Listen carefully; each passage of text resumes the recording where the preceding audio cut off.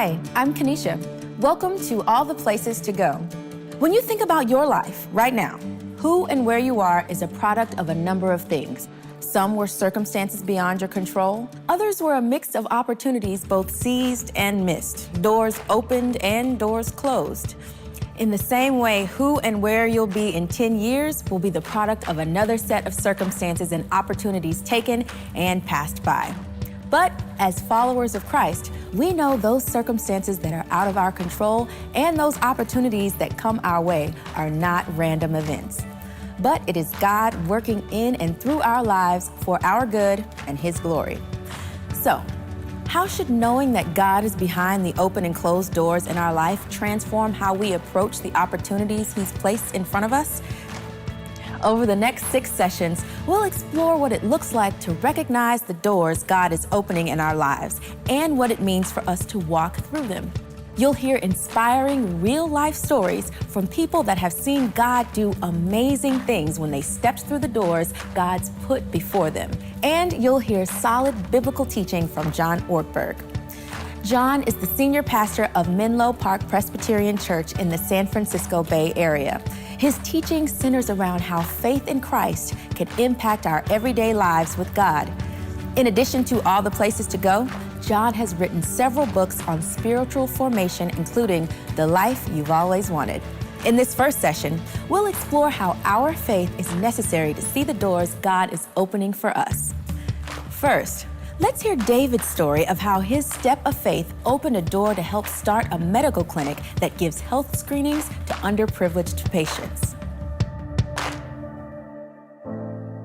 Medicine for me was always kind of attractive because it was a challenge. That ideal of connecting with other people, of being able to meet them in their need and meet them in their suffering. My interest was in global health and helping the poor abroad. I was looking for opportunities like that, and look as I might, I wasn't able to find any organizations for a while that really did anything of significance abroad. Despite all of this interest amongst my friends and in myself, there really wasn't any way to do it. I was kind of frustrated by this closed door. I decided to call my dad, and so I called him and I told him, Dad, there's just no organizations out here at UCLA that are providing these opportunities. And he asked me, well, why don't you start one? And I said, well, I don't really feel qualified. I don't really feel like I can do this, and I don't really know what it would be. One night up on one of the study rooms in the dorms, decided, well, what could it be? And we sat there with a dry erase marker and a whiteboard. We finally came up with the Fellowship for International Service in Health, which spelled FISH. And the only problem was we had absolutely no connections, no leads, no hopefuls. That was kind of a hitch in the plan. We decided, hey, why don't we just go to Mexico? You had heard about a town that was off the free road to Tecate. Maybe if we just explore the city, we'll find this one road going to this one town that maybe might actually need help, but we don't have any contacts in it, but let's try that. I didn't speak a lick of Spanish, and my partner spoke basic, very limited Spanish, but we decided, let's just take a leap of faith. Let's just step out there. Let's see if we can open this closed door too. Drove across the border, and after probably an hour of being lost, we found the free road to Tecate. We stopped and were eating tacos and decided, why don't we just ask the guy sitting next to us eating tacos? We had difficulty communicating with him. He took us to an office, and the person in the office said, what do you want? My right-hand man in broken Spanish explained that we were kind of trying to do this clinic thing, and could she help? She said, absolutely. She had a clinic building that was used only on weekdays. She invited us out the very next week. She gave us the keys to the clinic the very next week and opened it up so that we could have a health clinic that very next week. We would provide basic screenings for chronic diseases, things like diabetes and hypertension. We developed a relationship with that little community. We helped thousands of people. We provided opportunities for hundreds of students. Several other campuses around Southern California have also started FISH organizations of their own and are having trips down to Mexico as well. So the impact is spreading. It is really starting to open up for myself and for many, many others and make a difference in the lives of a lot of people. Life is filled with divine opportunities, but we have to learn, how do you recognize them and how do you seize them? In the story you watched, David, just a remarkable guy, was actively looking for a chance to serve the poor internationally. And at first it seemed like that was a closed door. But with some persistence and a willingness to take risks, David was able to fulfill his passion and not only care for the poor, but also provide opportunities for others. You know, the Bible is just full of stories of people who were given a divine opportunity by God, but it was their response, their yes or their no, that would end up shaping their lives. Would Abraham obey God and leave Ur? Would Noah ignore the ridicule of his neighbors and build the ark? Would Esther risk her position and her life to save her people? Now, sometimes in the Bible, these opportunities seem to come in like unmistakable packages: a burning bush, a wrestling angel, handwriting on the wall, a fleece, a dream, a talking donkey like in Shrek. You can't miss that. But there's another kind of picture of God-inspired opportunity that's sprinkled across the scriptures that's easier for me to relate to. It's a picture of divine possibility that still comes to every life. It's a picture I have loved since a college professor by the name of Jerry Hawthorne introduced it to me. Dr. Hawthorne taught New Testament Greek, of all things. And one morning at the start of a class, he read this passage from Revelation chapter 3. To the angel of the church in Philadelphia write, "These are the words of him who is holy and true, who holds the key of David. What he opens, no one can shut. And what he shuts, no one can open. I know your deeds.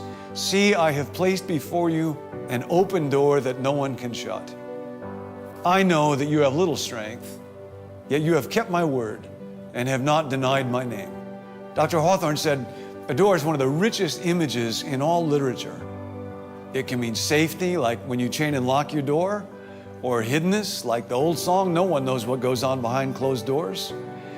A door can mean rejection. "She shut the door in my face," and how often did I experience that in my dating days? Or it can mean rest and escape from the chaos of life. But in Revelation 3, a door means none of those things. Rather, it is an open door.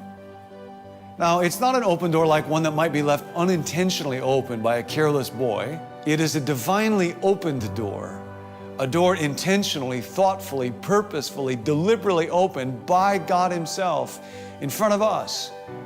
This door is symbolic of boundless opportunities, of unlimited chances to do something worthwhile, of grand openings in the new and unknown adventures of significant living, of unimagined chances to do good, to make your life count for eternity. An open door is the great adventure of life because it means the possibility of doing something that's actually useful to the God of eternity. Now, the first question that we often have is, how do I recognize these divine opportunities, these open doors? And I think the ability to recognize doors is a skill that can be learned. It often means finding a new and previously unrecognized opportunity in an old familiar place. In a sense, this is the surprising story of the nation of Israel. Now, Israel thought it was on a journey to national greatness with a powerful army and abundant wealth like any nation. Instead, it experienced exile and oppression. But with the closed door of national greatness came an open door to a kind of spiritual greatness. And Israel ended up changing the spiritual and moral life of our world like nobody else.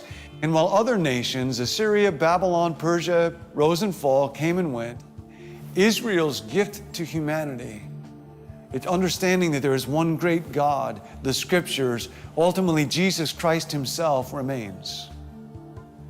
And this points to another real important truth about open doors. In the Bible, they never exist just for the sake of the people offered them. They involve opportunity, but it's the opportunity to bless somebody else. An open door might be thrilling to me, but it does not exist just for my benefit. And of course, an open door may not be all that thrilling.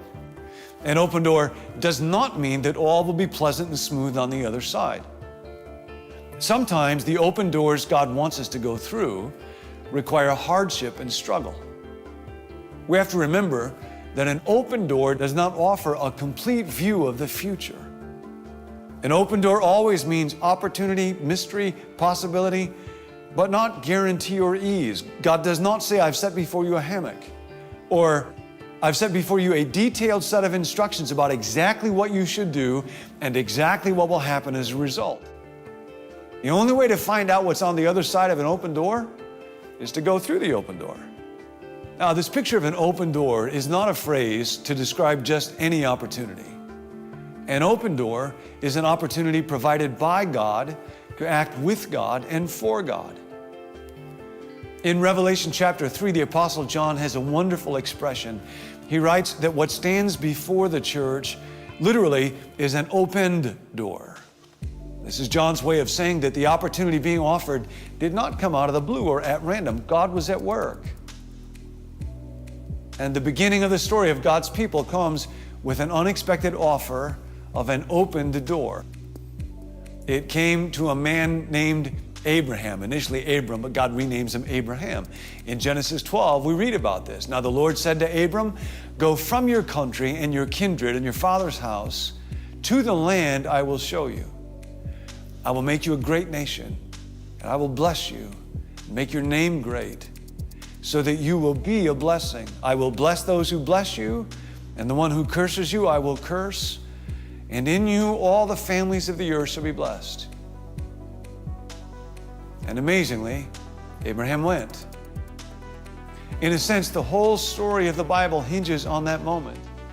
So Abraham went as the Lord had told him.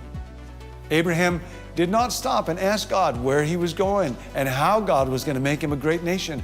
I am sure Abraham had all kinds of questions. He just went. He just went.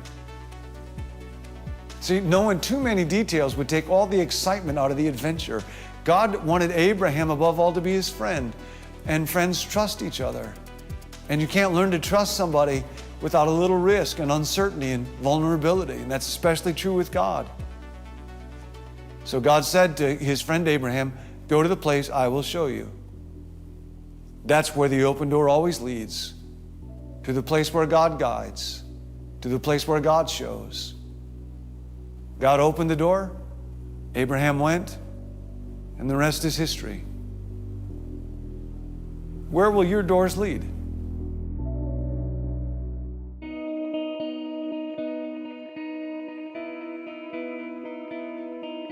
The day of my wedding, I decided to sneak out of the house that morning and go with my bridesmaids to go try out for the TV show American Gladiators. I didn't find out about any of this until we were getting announced to go into our reception, and she said, you're not gonna believe what I did this morning. I said, what did you do? She goes, I tried out for American Gladiators. But who knew that we would actually get picked from that show? And Allie pretty much dominated, was the grand champion on the show, did an amazing job, won the money in the car. We knew that after her finale aired that we'd have just a few minutes of free promotion. This was a once-in-a-lifetime opportunity, and that the Lord had really blessed us. We just felt like it was for a bigger purpose and a bigger cause.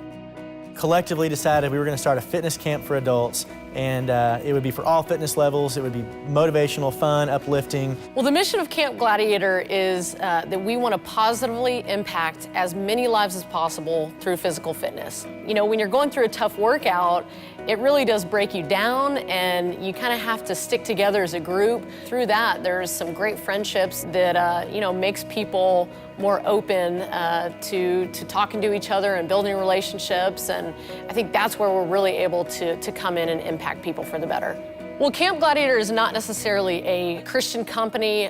It's run by Christian owners and Christian leadership. So some pretty cool ways that we have been able to partner up and be able to present more opportunities for our campers or our trainers to hear the word or to attend church with us or to share the gospel with them is through a couple of different things. We've started a Camp Gladiator Bible study group, and that's completely voluntary. We actually had a group of campers that came up to us. So we've done that. We've also started a CG Serve team, which is basically just anyone in our entire program can sign up and volunteer to do different charity events with us throughout the year, whether that be, you know, serving the homeless or, you picking up trash in the park, we're able to form those relationships in that community even more so that we can continue to invite them to church or talk with them about Christ. One thing that we were really blessed with was as we were opening up our new indoor facility, CG Arena, the budget was very, very tight, and we didn't know if we were going to financially be able to open our indoor facility. So we were praying about it a lot, and a church actually approached us through a connection that we had through our boot camp and said, hey, we're looking for a space to rent out Sunday mornings from 7 a.m. until 1 p.m. We had already planned that we weren't going to be open Sundays until about 1 o'clock. And so they came in and said, we'll help provide about 20% of the rent. And so that's what really pushed us over the edge to say, wow, this was a God thing. This was meant to be. Looking back over the last 4 years as we've grown Camp Gladiator, it's really exceeded all of our expectations on the scale of being able to impact more people than we ever thought possible. We've been able to grow. Right now we're in 18 different cities, 6 states. We have close to 10,000 adult campers. The verbal feedback that we've heard from our boot campers or our members is that we are making a difference. We are able to impact them for the better. When you hear those things, it makes all the hard work all worth it.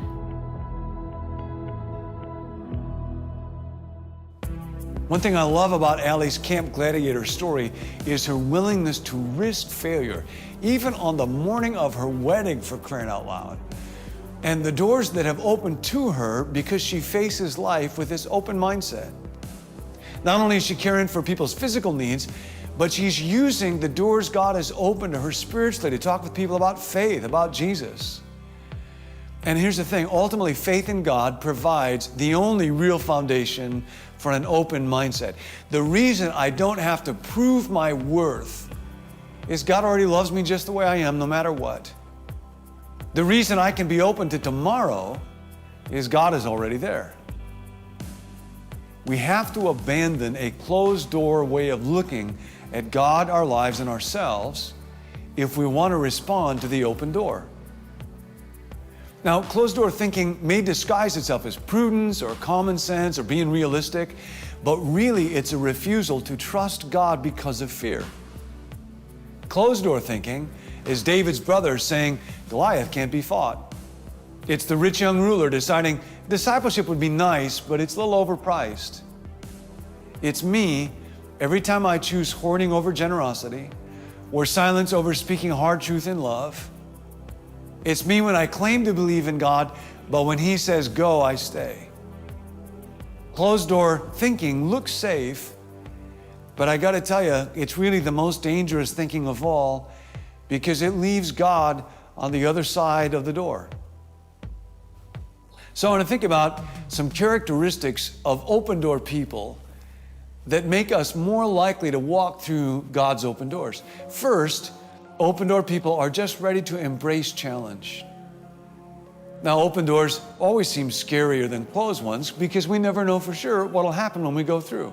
When we have big choices to make, taking a job, making a move, getting into a relationship, having a baby, we all want to know ahead of time, what exactly are we getting into?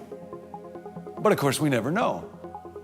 And that's a very good thing because generally, if we knew what we were getting into, we would not get into it in the first place. The truth about you is you do not know what you can actually do until you actually do it. And if you wait to move until you're ready to move, you'll wait till you die. Jesus does not say go because you're ready. He says go because I'm going to go with you. And there's another characteristic of open door people. They are unhindered by uncertainty. See, from the beginning of God's interaction with human beings, God has this way of giving information only on a need-to-know basis. Drives me crazy sometimes. Ambiguity and uncertainty are just part of the way God deals with us. We saw earlier, God called Abraham to leave his home and to go to a place where God would show him. Now, there's always two parts to God's go. There's going from and going to. God says, go from your country. That's the place familiar to you. From your people, your culture, everything that shaped you, from your father's household, leave home, and then go to the land I will show you. Now that land turned out to be Canaan. And Canaan was everything that Ur was not. Canaan was uncultured, uncivilized, difficult, rough place. Nobody who could afford to live in Ur, which was the great capital of civilization, nobody that could afford to live there would set out for Canaan. But God's open doors are not always obvious. They are not primarily designed to open to wealth or status. Going through open doors means I will have to be able to trust God with my future when the path I'm called to take does not look obvious or easy. And open door people do this. They are comfortable with ambiguity and risk and not knowing. And even if they're not totally comfortable with it, at least they decide not to be paralyzed by it. Another thing about open door people is that they understand they are blessed in order to bless. God said to Abraham, I will make your name great and you will be a blessing. And I will bless those who bless you, and whoever curses you, I will curse. That's a promise of divine protection. And all the peoples on earth will be blessed through you. See, blessing for Abraham was an opportunity to know and experience God. And that included being used by God to enhance others. When Abraham and his nephew Lot separate, Abraham allows Lot to choose which land he would claim. And Lot chooses what looks like the most fertile land, giving Abraham the leftovers. Yet immediately God responds by promising to bless Abraham beyond his ability to count. Going through an open door requires the spirit of generosity. For Abraham, blessing would include all the areas of his life, his family, his finances, his work, his heart. And this meant he wasn't just to receive a blessing, he was to be a blessing. In fact, it is impossible to be blessed in the highest sense apart from being a blessing. One of the deepest needs of your life, of the human soul, is that other people should be blessed through you. If you want to see the difference between being rich and being blessed, look at Ebenezer Scrooge at the beginning of the Christmas Carol and at the end. See, all the world is to be blessed when Abraham goes through this open door. And the world is to be blessed when you and I do as well. Before they walked through the open doors God had given them, David and Allie had no idea what opportunities lay ahead. Both had to step out in faith to trust that God was at work. John showed us that God is the great door opener. He can open a door for anyone in any circumstance. God places opportunities before us for our good to make us more like Jesus and so that we can be a blessing to those around us. So, what are the open doors the Lord has placed in your life? What might He want to do in you through the opportunities He's placed before you? You'll have an opportunity to explore these questions and more as you open up God's Word with your group. See you next time.